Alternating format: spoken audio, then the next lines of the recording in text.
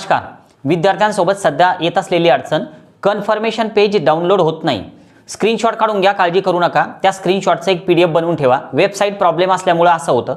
दुसरा प्रश्न की सर करेक्शन नव्हतं, आम्ही लॉग इन केलं आणि कोणतेही करेक्शन न करताना मग पुन्हा फॉर्म सबमिट करायचा का? बघा आता समजा तुम्ही फॉर्म सबमिट केला जरी नसेल, काळजी करू नका, तुमचा फॉर्म पूर्ण भरला गेलेला आहे। तुमचं कन्फर्मेशन पेज तुमच्याजवळ असलं म्हणजे तुमचा फॉर्म सबमिट झालेला आहे। पण जर समजा तुम्ही करेक्शनसाठी लॉग इन केलेलं आहे, कोणतंही करेक्शन तुम्ही केलं नाही, तरी एकदा फायनल सबमिट करून द्या, असं माझं मत आहे।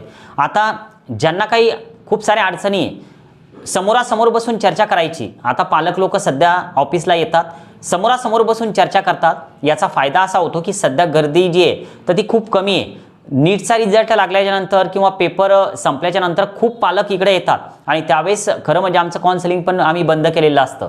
तुम्ही जर सध्या ऑफिसला आलात तर नक्कीच तुमचा फायदा होईल। आणि असं काही नाही की तुम्ही ऑफिसला आलात म्हणजे आमची जॉईनच करावं लागेल अकॅडमी, असं काही विषय नसतो।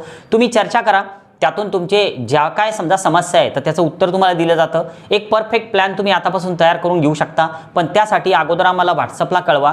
आम्ही तुम्हाला एक योग्य वेळ देऊ आणि एक योग्य दिनांक देऊ, तर त्या वेळेत तुम्ही ऑफिसला या। इतरांना त्या गोष्टीचा त्रास होणार नाही, कारण काय तर आपण जर मध्ये चालो तर बरेच लोक इथं थांबलेले असतात, तर त्यांना सुद्धा त्रास होतो आणि आपल्याला पण थांबायचं काम पडू शकतं। तर त्यामुळं व्हॉट्सअपला वेळ घेतल्याशिवाय कृपा करून येऊ नका। आज आपण या ठिकाणी थांबूया। ओके।